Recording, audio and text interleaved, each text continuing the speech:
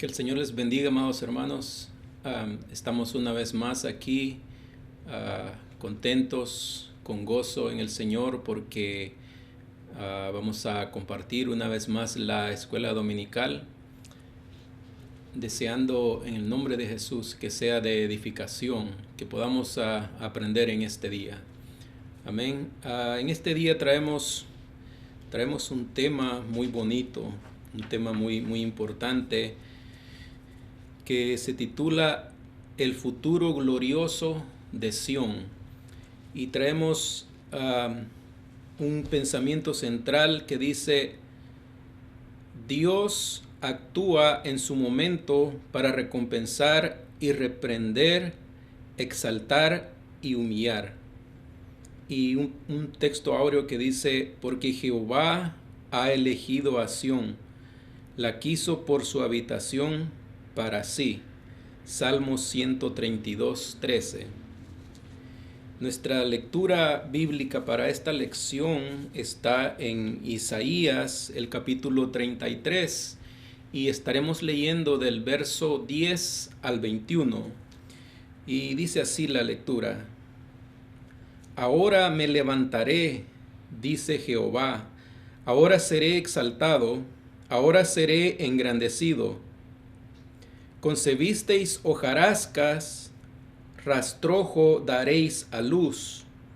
El soplo de vuestro fuego os consumirá, y los pueblos serán como cal quemada, como espinos cortados serán quemados con fuego. Oíd los que estáis lejos lo que he hecho, y vosotros los que estáis cerca, conoced mi poder. Los pecadores se asombraron en Sión, espanto sobrecogió a los hipócritas. ¿Quién de nosotros morará con el fuego consumidor? ¿Quién de nosotros habitará con las llamas eternas? El que camina en justicia y habla lo recto, el que aborrece la ganancia de violencias, el que sacude sus manos para no recibir cohecho, el que tapa sus oídos para no oír propuestas sanguinarias, el que cierra sus ojos para no ver cosa mala, éste habitará en las alturas. Fortaleza de rocas será su lugar de refugio. Se le dará su pan y sus aguas serán seguras. Tus ojos verán al Rey en su hermosura, verán la tierra que está lejos.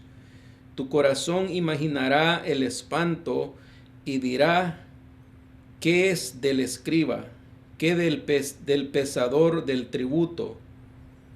¿Qué del que pone en lista las casas más insignes? No verás a aquel pueblo orgulloso, pueblo de lengua difícil de entender, de lengua tartamuda que no comprendas. Mira a Sión, ciudad de nuestras fiestas solemnes. Tus ojos verán a Jerusalén, morada de quietud, tienda que no será desarmada, ni serán arrancadas sus estacas, ni ninguna de sus cuerdas será rota. Gloria a Dios. Hasta ahí la lectura. Este es un hermoso poema, una oración de Isaías, que está relacionado con la defensa que Dios hace de su pueblo. Ciertamente Sión, Jerusalén, está considerada como la ciudad santa, la ciudad de Dios. Cuando hablamos de este tema, de el futuro glorioso de Sión, cuando hablamos de Sión, vamos a aclarar esto, estamos hablando de Jerusalén. Es la ciudad amada del Señor. Cuando hablamos de Sión, estamos hablando de Jerusalén. Jerusalén es Sión, es la ciudad amada de Dios. Y la conquistó el rey David cuando estaba en posesión de los jebuseos. Era una fortaleza de los jebuseos. Ellos habían dicho que David no entraría a la ciudad, pero sí entró y la conquistó. Y es por eso de que también a Jerusalén se le llama la ciudad de David. Y esto está en 2 de Samuel 5, 6, capítulo 5, versos 6 y 7. Y también está en Primera de Crónicas, en el capítulo 11 y en el verso 5, donde nos habla de que a Jerusalén se le llama la ciudad de David por haberla conquistado. Y el uso más importante de la palabra Sión es, en un sentido teológico, Sión es usado figurativamente para Israel como el pueblo de Dios. Isaías 60:14, en el significado espiritual de Sión, el significado espiritual de Sión continúa en el Nuevo Testamento, donde es dado el significado cristiano del reino espiritual de Dios, la Jerusalén celestial. Esto está en Hebreos 12 y el capítulo 22, Apocalipsis 14 y el verso 1. También Pedro dice, se refiere a Cristo como la piedra angular de Sión en Primera de Pedro, el capítulo 2 y el verso 6, y dice, por lo cual también contiene la escritura, he aquí pongo en Sión la principal piedra del ángulo, escogida, preciosa, y el que creyere en él no será avergonzado. Esa piedra angular puesta en Sión de la que está hablando el apóstol Pedro es Jesucristo. A Jerusalén se le conocía como Sión. Luego en el Nuevo Testamento se extiende en el sentido espiritual, ¿verdad? Muchas veces hemos hablado de que en el Antiguo Testamento sucedieron cosas o existen cosas que son una sombra de lo que hay en el cielo, de las cosas que hay en el cielo. Y en este caso, Sión, cuando se habla de Sión, como le decía, es Jerusalén, pero también cuando se habla del templo de Salomón o el templo de Jerusalén, también se le dice Sión, se refiere de esa manera, para referirse al templo también. Y en el sentido espiritual, en el Nuevo Testamento, Sión es el templo celestial. Es el templo que un día la iglesia, nosotros, si Dios nos lo permite, ¿verdad? Podremos mirar. Pero lo que había en el Antiguo Testamento era sombra de lo que vamos a ver en un futuro. Eso es Sión. A eso se refiere la palabra. Jerusalén había estado sufriendo los rigores de la opresión de fuerzas extranjeras que la habían saqueado, humillado y sometido. Estaba Jerusalén rodeada por los asirios. Ellos son los que habían rodeado la ciudad, habían invadido la ciudad. Y en este pasaje que hemos leído, como decía, es una oración, un poema muy bonito de Isaías, y está hablando precisamente de esta situación que estaba pasando, que los sirios habían rodeado la ciudad de Jerusalén y estaban oprimiendo al pueblo de Dios. Ya habían invadido muchas ciudades de Judá, ahora estaban alrededor de Jerusalén tratando de conquistarla.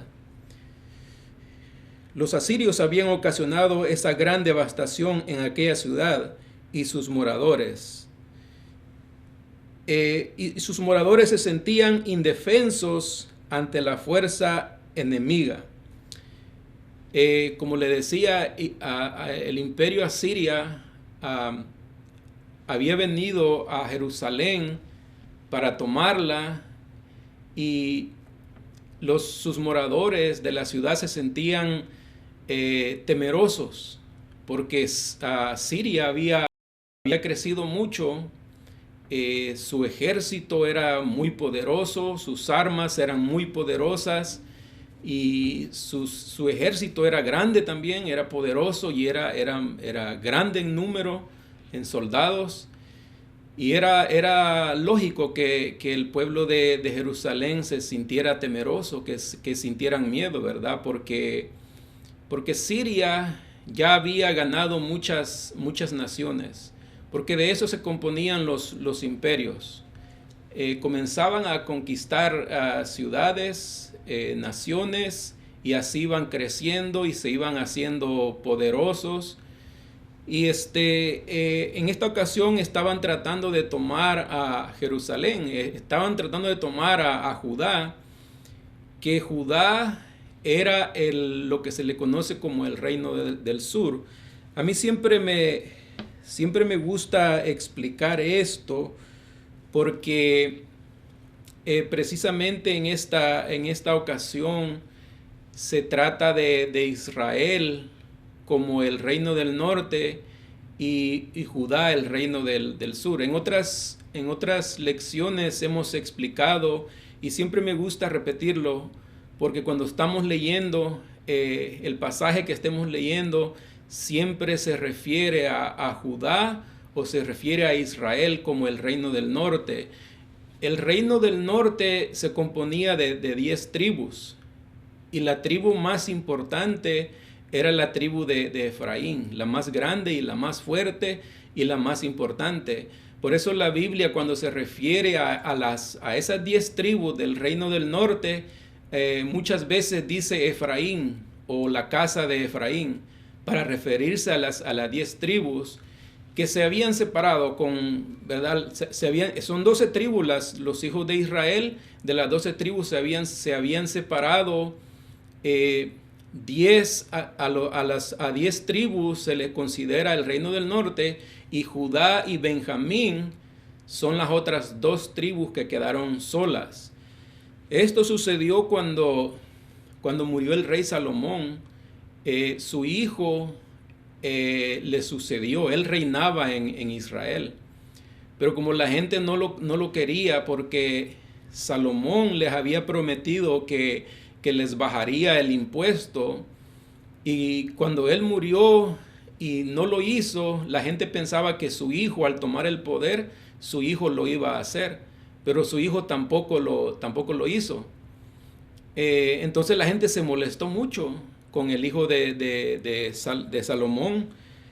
Entonces, cuando la gente le dio golpe de estado a este rey, al hijo de Salomón, entonces el hijo de Salomón pasó a ser rey de Judá. Y déjeme le doy el dato completo, quiénes eran los reyes, el hijo de Salomón. Y permítame. Ok, el hijo de Salomón era Roboam. Entonces él pasó a ser rey de Judá. Y el rey que se quedó en Israel era Jeroboam. Los nombres son parecidos. Roboam, hijo de Salomón, que pasó a ser rey de Judá, y Roboam, que fue el que quedó reinando en Israel, a lo que se le conoce como el reino del norte, o la casa de Efraín, Judá, el reino del sur, o la casa de Judá. Así estaba dividido Israel. Así se dividió de esa manera. Y este pasaje que hemos leído, esta enseñanza, se trata de la invasión del rey Sennacherib, la invasión de Asiria a Israel, a Judá, perdón. Pero Dios juzgó la violencia de Sennacherib, rey de Asiria, por haber saqueado a Judá, por haber sido desleal a Jehová. Esto está en Isaías 37, 36 al 38. También se considera a Babilonia como saqueador de Israel, que luego sufrió la misma suerte. Hallamos en el mismo libro de Isaías palabras de aliento y esperanza para el pueblo oprimido. Por mí mismo hice juramento, dice Jehová. Por mí mismo hice juramento, de mi boca salió palabra en justicia y no será revocada, que a mí se doblará toda rodilla y jurará toda lengua, y se dirá de mí ciertamente en Jehová está la justicia y la fuerza. A él vendrán y todos los que contra él se enardecen serán avergonzados. Ya veremos lo que le pasa a Siria y lo que le pasa a este rey Sennacherib y lo que le pasa a todo su ejército. Pero aquí donde dice el Señor, de mi boca salió palabra en justicia y no será revocada, que a mí se doblará toda rodilla y jurará toda lengua, y se dirá de mí ciertamente en Jehová está la justicia. Se está refiriendo, amados hermanos, de que el ser humano de alguna manera va a conocer a Dios, ya sea por voluntad propia, aceptando a Jesucristo como Señor y como Salvador de su alma, o ya sea en aquel día, en el juicio. Allí se doblará toda rodilla, dice Isaías en estos versos, ¿verdad? La gente de alguna manera va a conocer a Dios, por la fuerza o por la voluntad. Un día se darán cuenta, porque Dios en este pasaje le demuestra su poder al imperio sirio. Les demuestra que su ciudad amada, su amada Jerusalén, no está sola, que su pueblo no está solo. Demuestra su poder, derrama su poder el Señor en esta ocasión. Entonces, las personas en un día van a ver los juicios de Dios derramarse sobre la tierra, y en ese tiempo se darán cuenta quién es Dios. Pero es mejor buscarlo voluntariamente, con un corazón arrepentido, con un corazón que anhela las cosas de Dios, ¿verdad? Es mejor de esa manera a hacerlo en el día del juicio, donde dice que toda rodilla se doblará y toda lengua confesará que Jesucristo es el Señor. Descubrimos, amados hermanos, en este estudio que Dios tiene un tiempo para actuar, que no siempre es el nuestro. Los males que nos agobian no prevalecerán si esperamos en la intervención de Dios. Semejante al cuidado de Dios por aquellos que le temen y ponen en alto su nombre, como dice el Salmo 91 y el verso 14, así es el cuidado de Dios por su gente, por su iglesia. Y descubrimos, amados hermanos, en este estudio que Dios tiene su tiempo para actuar, que no siempre es como nosotros decimos, que a veces nosotros sentimos que nos estamos ahogando, sentimos que ya nada puede salvarnos, sentimos que ya nada puede con nosotros, que ya no hay solución al problema, pero Dios en el último momento, por eso a veces hay gente que dice cuando hay un problema grande, cuando hay una enfermedad grave, una enfermedad terminal, la gente acostumbra siempre a decir, Dios tiene la última palabra. Y eso es una realidad, es una realidad. Hemos escuchado también que dice que los tiempos de Dios son perfectos. Él sabe cuándo va a llegar, Él sabe cuándo solucionar el problema, como lo que está pasando en este momento. Nuestra fe y confianza no pueden disminuir a causa de la opresión. Nuestra única fortaleza está en la esperanza de que Dios se levantará para ayudarnos. Afirmemos en el tiempo de prueba nuestra confianza en las promesas de Dios y jamás seremos dejados a nuestra suerte. Esta fue la experiencia con Israel. Dios mismo intervino para sacarlos de casa de esclavitud a tierra de libertad. Y tenemos la seguridad de que Dios está mirando la condición en que vivimos y en el momento oportuno Él actuará. Pero nuestra fe y confianza no pueden desmayar, no pueden disminuir a causa de lo que esté pasando. Nuestra fe tiene que permanecer ahí.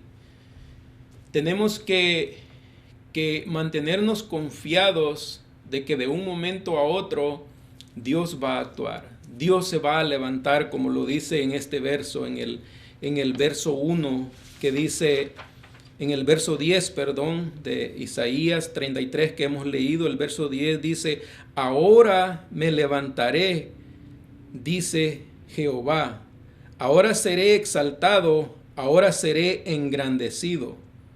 Concebisteis hojarascas, rastrojo daréis a luz, el soplo de vuestro fuego os consumirá.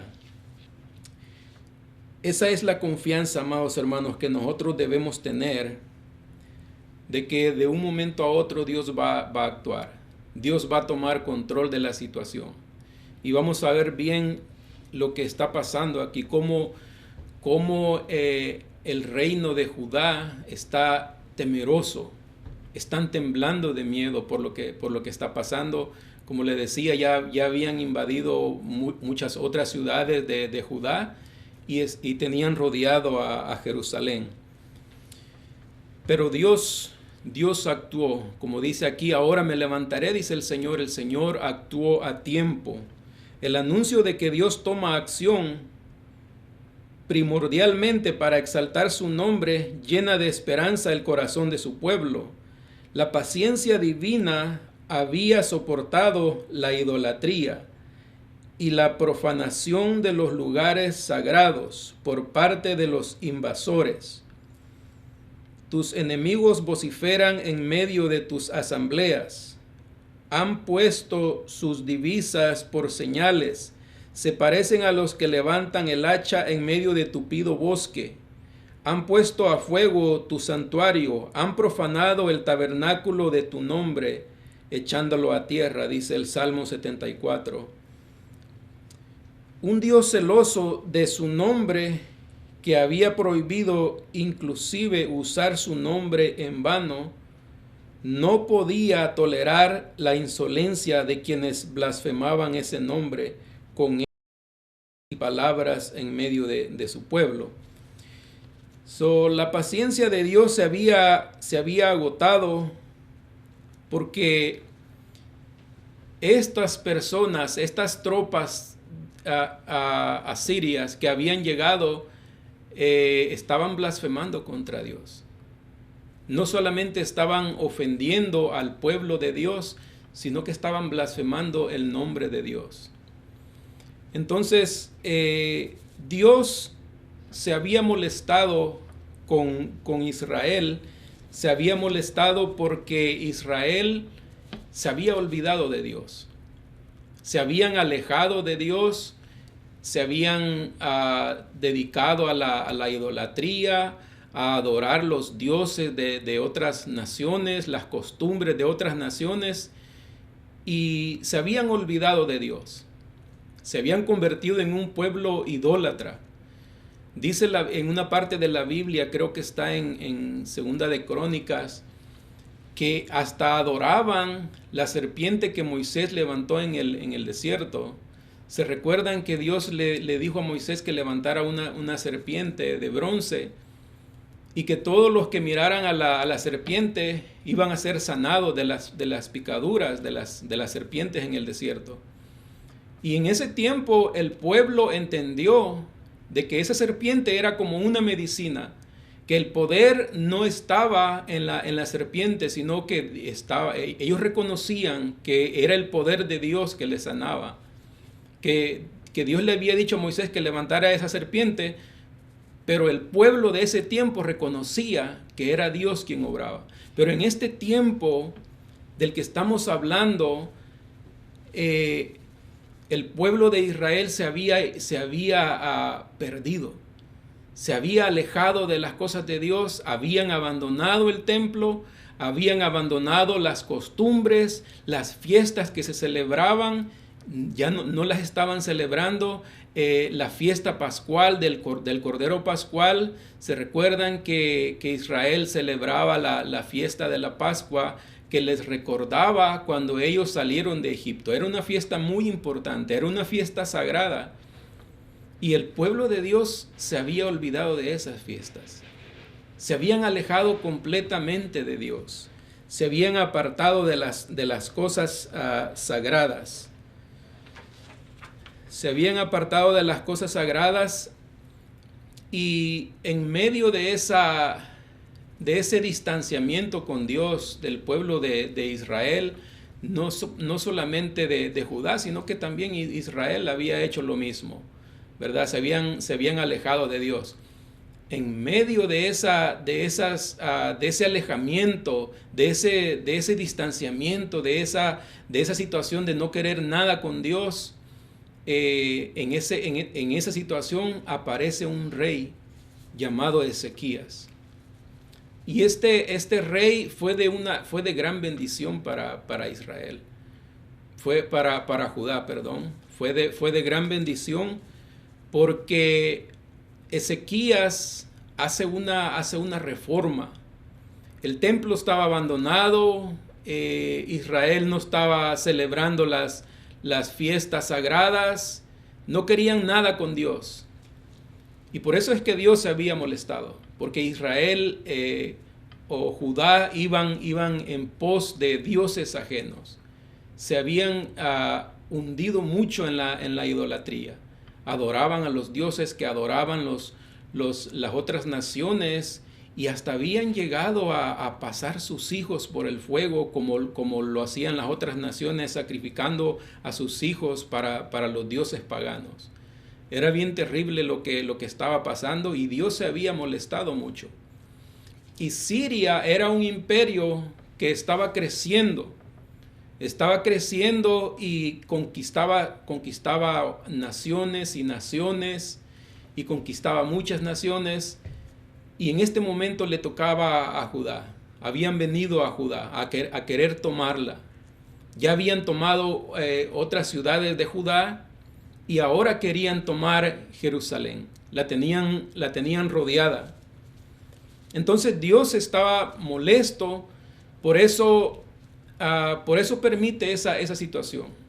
Por eso permite esa opresión de los asirios, permite esa situación para darle un escarmiento al pueblo de Judá, porque se habían perdido, se habían alejado de Dios.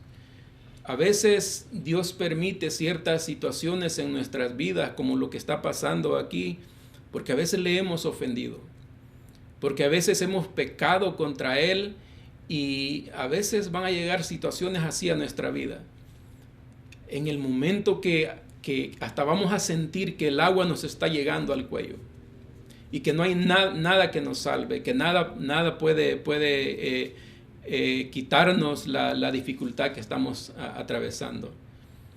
Y Dios permite que la opresión vaya creciendo y vaya creciendo, hasta que llegue el momento en que Él interceda. Hasta que llegue el momento que Él, como dice aquí, ahora yo me levantaré, dice el Señor. Hasta que llegue ese momento, pero antes de eso, Él nos corrige, ¿verdad? Cuando hemos cometido algún pecado, a veces nos va a dejar allí en el agua, que sintamos que nos estamos ahogando. Eso es lo que estaba pasando con Judá. Se habían perdido en la idolatría, y Dios los estaba castigando porque se habían alejado del Señor, porque se habían apartado de Dios. Tenían abandonado el templo, las fiestas, se habían alejado completamente de Dios. Y en esa situación aparece el rey Ezequías. El rey Ezequías era, como le decía, era rey de Judá cuando Siria invadió Jerusalén.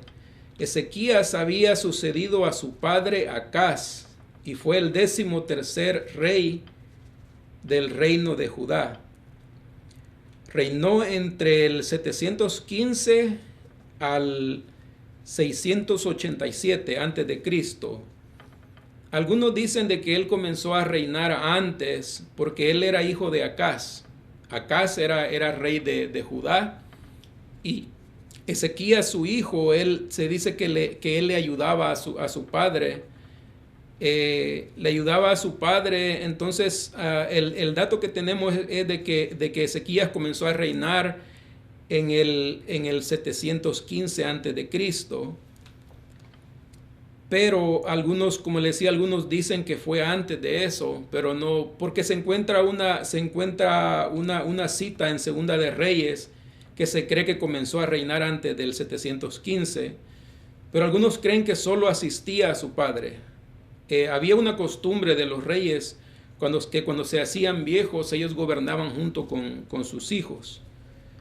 Gobernaban juntos con sus hijos. Entonces Ezequías le ayudaba a su padre porque su padre ya se había hecho viejo, pero aún él no había tomado el poder completamente. Entonces se cree que en el 715 fue cuando él tomó el poder, ¿verdad?, del todo, por la razón de que la invasión de Sennacherib a Judá fue en el 701, porque la Biblia dice en el año 14 del rey Ezequías.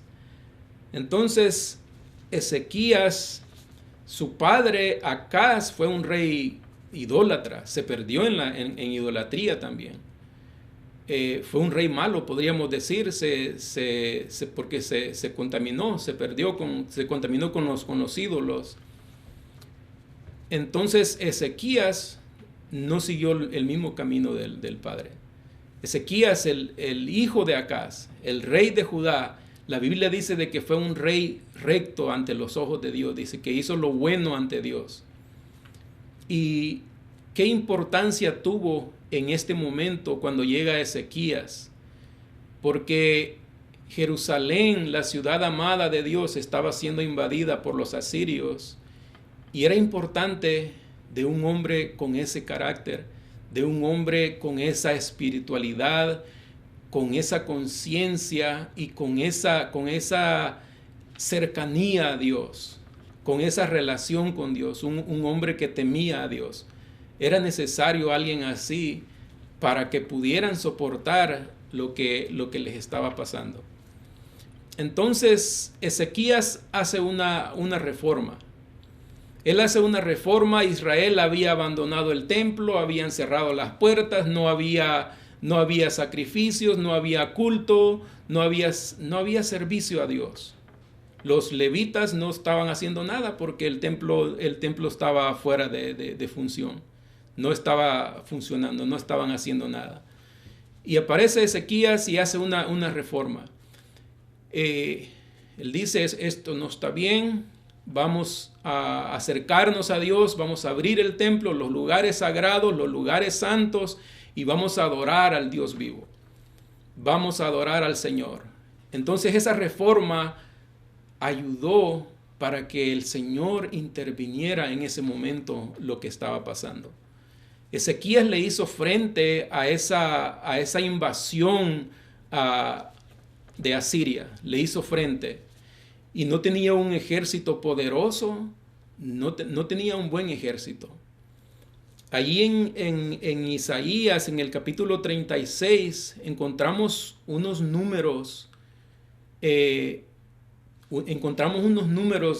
ejército de Siria, de 185,000 soldados. 185,000. Eran fuertes. Y Ezequías no tenía un ejército así. Ni la mitad de eso podría decir que tenía, ni tenía armas. No tenía cómo hacerle frente a Sennacherib, a Asiria. Entonces, el rey Sennacherib, que era el rey de Asiria, envió a un comandante llamado Rabsacés. Lo envió a que dialogara con Ezequías, que era rey de Judá. Lo envió para dialogar. Y cuando llega, este hombre comienza a blasfemar contra Dios. comienza a ofender al pueblo de Dios y comienza a decir cosas malas en contra del nombre de Dios. Cuando llega y se enfrenta a la gente de Ezequías, les dice, ¿en quién confían ustedes? ¿Cuál es la confianza? A mí dice este hombre, Rabsacés, que era comandante de Sennacherib, le dice, a mí se me hace que las palabras de ustedes que ustedes hablan son puras palabras vacías. No creo que ustedes tengan cómo hacernos frente a nosotros, que hemos ganado todo. Hemos arrasado con otras naciones, las hemos ganado, las hemos conquistado. Y este pequeño pueblo de Judá no es nada para nuestro ejército. ¿En quién confían ustedes? Dice este hombre. ¿En quién confían? ¿Confían en Egipto? Egipto es un báculo de caña frágil, dice. Es un bastón hueco, un bastón que no tiene fuerza. Y cualquiera que lo tomare, dice, se le tomará por su mano, dice, se le entrará por su mano, dice. Porque Judá habían hecho alianza con Egipto. Isaías ya les había advertido, ya les había dicho que no se involucraran con Egipto, que no hicieran ningún convenio con Egipto, pero no habían hecho caso. Habían hecho algunos negocios con Egipto, habían hecho alianza con Egipto. Y Judá estaban pensando de que Egipto los ayudaría cuando viniera la invasión a Siria. Entonces este hombre les dice, ¿en quién confían ustedes? ¿En su ejército? ¿En Egipto? Este hombre se sorprende de ver que Judá quería hacerle frente a la guerra. Se sorprende porque ellos habían ganado naciones más fuertes y Judá no era nada. No tenían armas, no tenían ejército, un ejército fuerte. Por eso dice, ¿en quién confían ustedes? ¿En sus dioses? Dice. Ustedes confían en Jehová. Dice, ¿quién es Jehová? ¿Quién es Jehová? Ahí es donde se metió en problemas. Ahí se metió en un grande problema, porque si Judá era una nación insignificante en ese tiempo, no había muchos soldados, no había un ejército fuerte, no había armamento, pero era la nación de Dios. Allí estaba la ciudad amada de Dios, Jerusalén, la niña de los ojos de Dios, la niña de sus ojos. Y Dios hace cualquier cosa por esa nación, por Jerusalén. Dios hace lo que sea por Sión. Y Dios estaba dispuesto a defenderla de este rey Sennacherib, de esta invasión a Siria. Entonces dice, ¿en quién confían ustedes? Confían en Jehová, dice. ¿Y quién es Jehová? Dice. ¿Quién es Jehová para que confíen en él? Dice. Todas las naciones que nosotros hemos ganado, dice, hemos acabado con sus dioses, hemos quemado sus dioses, dice. Y el Dios de ustedes será lo mismo, pasará lo mismo. Y esa insistencia de que se sentía sorprendido de ver que Judá le quería hacer frente a la guerra, ¿verdad? Y pues en ese momento, cuando él comienza a ofender al pueblo de Dios, y sucede algo muy, muy hermoso de que la gente se molesta cuando este hombre comienza a ofenderlos a ellos. Pero cuando comienza a ofender el nombre de Dios, ahí se levanta la gente y se molesta y van con Ezequías y le dice, este hombre nos ha ofendido y ha blasfemado contra el nombre de Dios, ha blasfemado el nombre de Dios. Entonces viene Ezequías y dice la Biblia de que él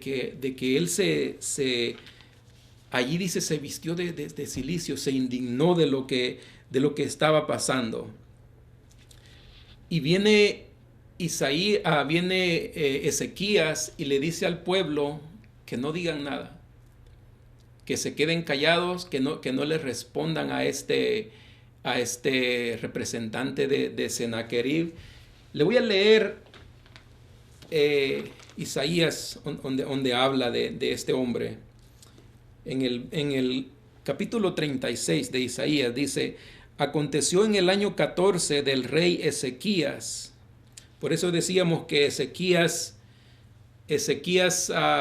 comenzó a gobernar en el 715 antes de Cristo, porque la invasión de Sennacherib fue en el 701, porque aquí dice, aconteció en el año 14 del rey Ezequías, en el año 14.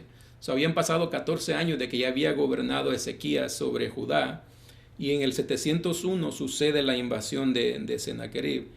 Dice que Sennacherib, rey de Asiria, subió contra todas las ciudades fortificadas de Judá y las tomó, dice. O sea, ciudades fortificadas de Judá, ya como le decía, ya había tomado muchas ciudades y ahora venía por Jerusalén, la capital, la ciudad fuerte. Allí se concentraba todo lo espiritual, lo religioso, lo político. Allí estaba todo, era la capital, Jerusalén, pero aparte de eso era la ciudad amada de Dios. Y las tomó, dice, y el rey de Asiria envió a Rabsacés, que le venía diciendo, es un comandante del rey Sennacherib, con un gran ejército desde Laquis a Jerusalén contra el rey Ezequías, y acampó junto al acueducto del estanque de arriba, en el camino de la heredad del lavador. Y salió a Eliakim, hijo de Hilcías, mayordomo, y Sebna, escriba, y Joá, hijo de Asaf, canciller, a los cuales dijo el Rabsacés: decida ahora a Ezequías, el gran rey, el rey de Asiria, dice así: ¿qué confianza es esta en que te apoyas? ¿Qué confianza es esta en que te apoyas? Le dice. Yo digo, le dice, que el consejo y poderío para la guerra de que tú hablas no son más que palabras vacías, le dice. Ahora bien, le dice, ¿en quién confías para que te rebeles contra mí? Le dice. He aquí que confías en este báculo de caña frágil en Egipto, así le llama, en el cual dice, si alguien se apoyare, se levantará, se le entrará por la mano, dice, y la atravesará, dice. Tal es el faraón, rey de Egipto, para con todos los que en él confían. Pues a Israel ya le había pasado eso, ¿verdad? De confiar en Egipto. De hecho, cuando Dios liberó al pueblo de Israel, ellos querían regresarse para Egipto.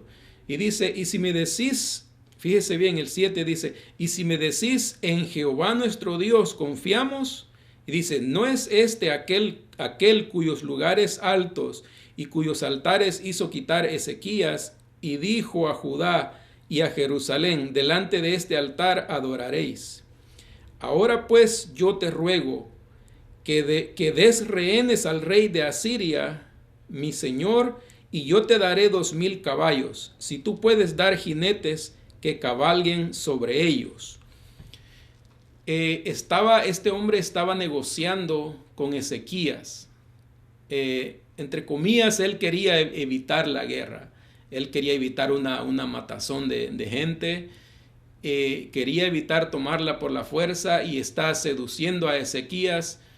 Más bien no lo está seduciendo, sino que le está dando opciones. Le dice, dame rehenes, le dice, yo te voy a dar 2000 caballos, le dice. Y así pues voluntariamente nos llevamos a las personas, no va a haber muerte, no va a haber matanza, porque estos imperios cuando conquistaban otras naciones, la manera como ellos lo hacían violentamente. Llegaban, mataban a los niños, estrellaban a los niños en las rocas, violaban a las mujeres y se llevaban a la gente y tomaban las ciudades, tomaban las naciones. Lo hacían de una manera bien violenta. Entonces este hombre, comandante de Sennacherib, Rabsacés, está tratando de negociar con Ezequías. Le dice, pues dame rehenes, le dice, y te voy a dar 2000 caballos. Y pues de todas maneras él quiere tomar la ciudad, pero está tratando de de hacerlo de esta manera, de una manera muy, muy hipócrita. Y dice el 9, ¿cómo pues podrás resistir a un capitán, al menor de los siervos de mi señor? Dice, aunque estés confiado en Egipto con sus carros y su gente de a caballo, dice, ¿acaso vine yo ahora a esta tierra para destruirla sin Jehová? Jehová me dijo, sube a esta tierra y destrúyela. Se está burlando ahí. Entonces dijeron a Eliaquim Sebna y a Joá al Rabsacés, dijeron, te rogamos que hables a tus siervos en arameo.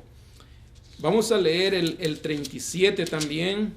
Dice, aconteció, dice, pues que cuando el rey Ezequías oyó esto, rasgó sus vestidos y cubierto de cilicio, vino a la casa de Jehová y envió a Eliaquim mayordomo, a Sebna, escriba, y a los ancianos de los sacerdotes, cubiertos de cilicio, al profeta Isaías, hijo de Amós, los cuales le dijeron, así ha dicho Ezequías, día de angustia, de reprensión y de blasfemia es este día, porque los hijos han llegado hasta el punto de nacer y la que da a luz no tiene fuerza. Quizás, y aquí hay algo interesante en el 37:4 que dice, quizás oirá Jehová tu Dios, le dicen a Isaías.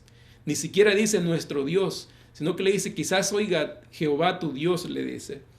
Las palabras del Rabsacé, dice, el cual el rey de Asiria, su señor, envió para blasfemar al Dios vivo, dice, y para vituperar con las palabras que oyó Jehová tu Dios. Eleva pues oración tú por el remanente que aún ha quedado. Aquí está sucediendo algo muy, muy interesante. Este pueblo de Judá ha tomado la mejor decisión. Ha tomado la mejor decisión porque sintieron temor, sintieron miedo, sabían que habían ofendido a Dios, sabían que habían pecado contra Dios, y como dice allí el verso, se lo voy a volver a leer, el verso 3 del 37, dice, los cuales le dijeron, así ha dicho Ezequías, día de angustia y de reprensión y de blasfemia es este día, porque los hijos, fíjese esta parte, dice, porque los hijos han llegado hasta el punto de nacer y la que da a luz no tiene fuerza, dice. O sea, están hablando de que ya no pueden más, que no tienen fuerzas para resistirle a este rey. No tienen fuerzas para resistir. Y ya el agua les está llegando al cuello. Ellos dicen, se ha llegado el día de dar a luz, dice, y la que da a luz no tiene fuerzas para dar a luz. Ellos están desesperados y no hayan qué hacer, pero toman una buena decisión. Guiado por Ezequías, que era un hombre de Dios y que los había guiado y que había creado una reforma en el pueblo de Judá, toman una buena decisión y vienen a Isaías, el profeta de Dios, el hombre que era la voz de Dios en ese tiempo para Judá. De hecho, Isaías fue profeta para Judá. Y Dios hablaba por medio del profeta Isaías. Y esta gente lo busca a Isaías y le dice, ora a Dios, tal vez a ti te escuche. Pídele a Dios que nos ayude a controlar esta situación. Y esa es una buena decisión. Cuando estamos en una situación difícil, cuando ya no podemos, cuando miramos que las cosas se han puesto difíciles, que se ha complicado la situación, acudir a Dios es la mejor opción.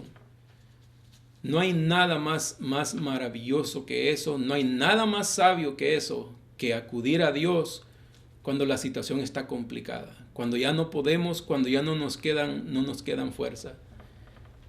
Judá estaba desesperado, estaban temerosos, estaban afligidos, y Ezequías los envía con Isaías.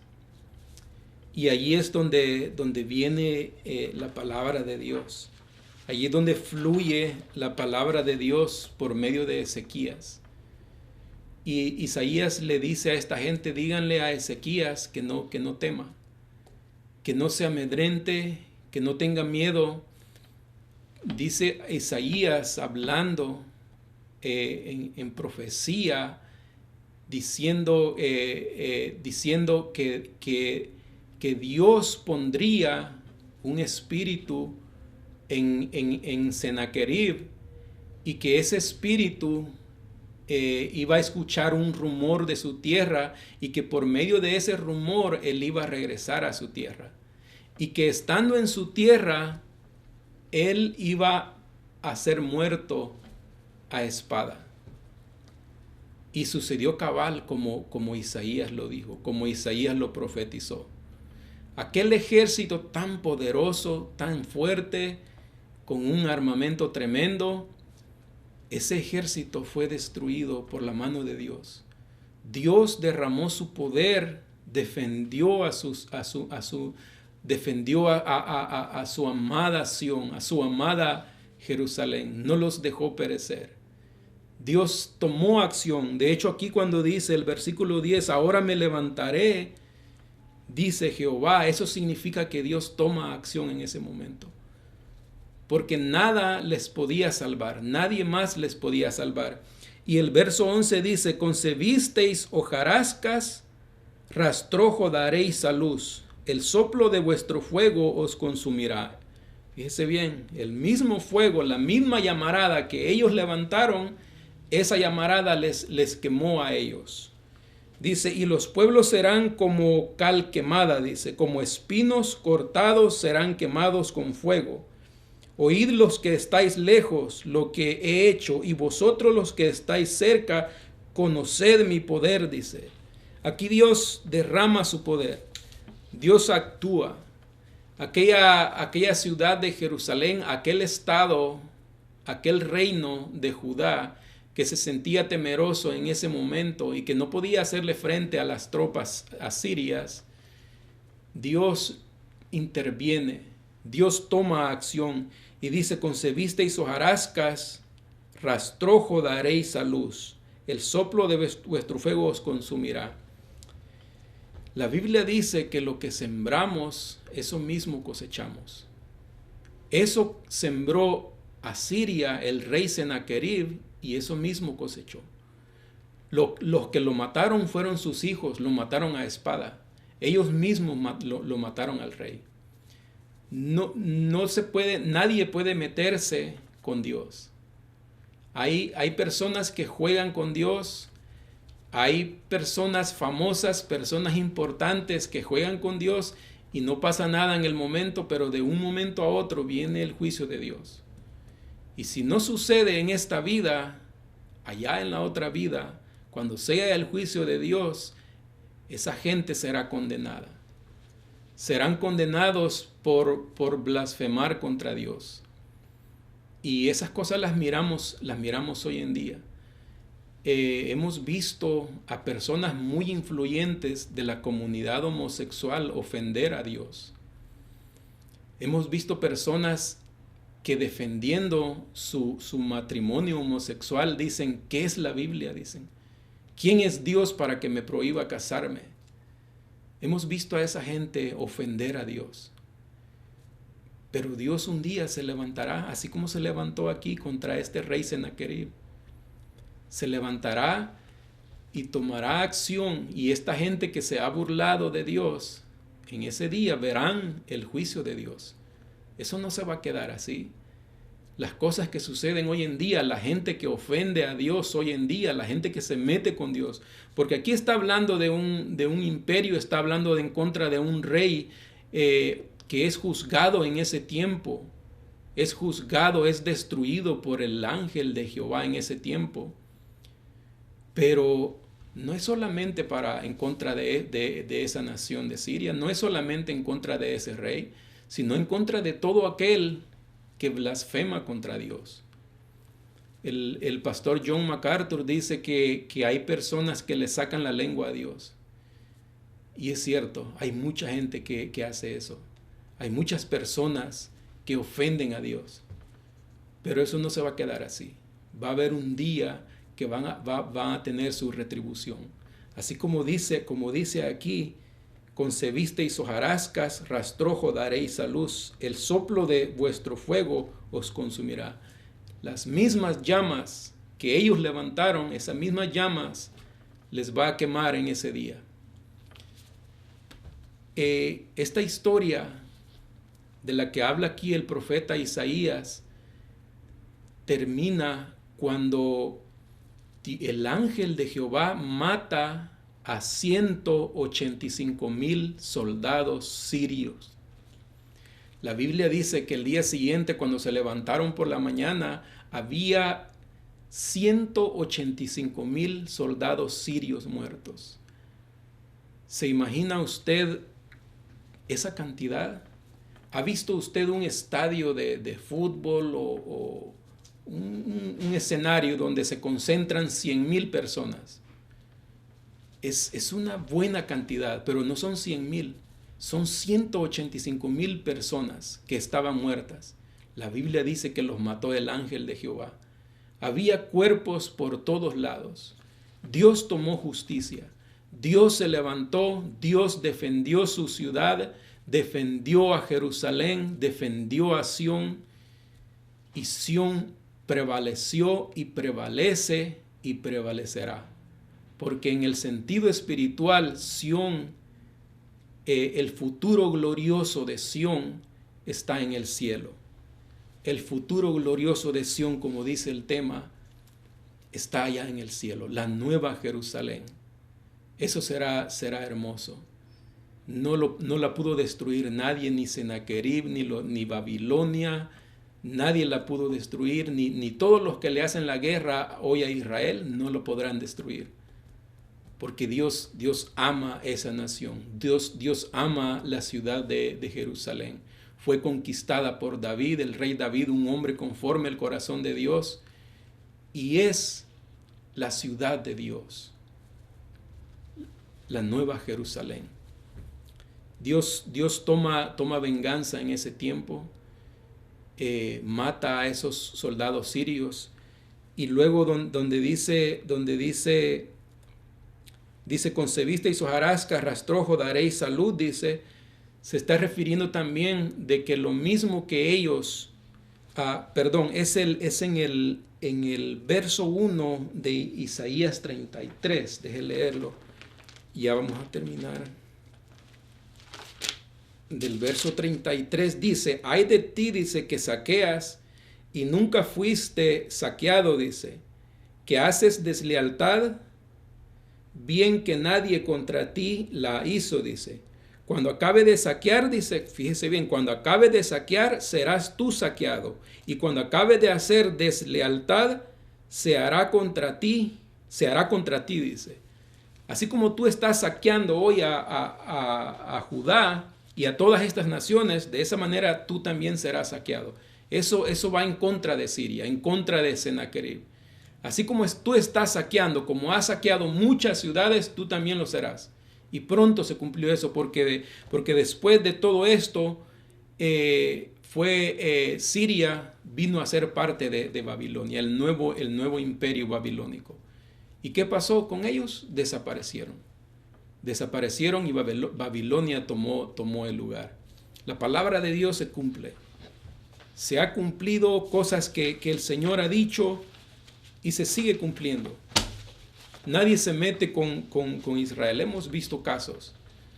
Hemos visto cosas que han sucedido. Juicio que ha sucedido contra personas que se han metido con Israel. Pero Israel es la nación de Dios. Israel es tierra santa, es tierra de Dios. Pertenencia de Dios. Amén. Que el Señor les bendiga.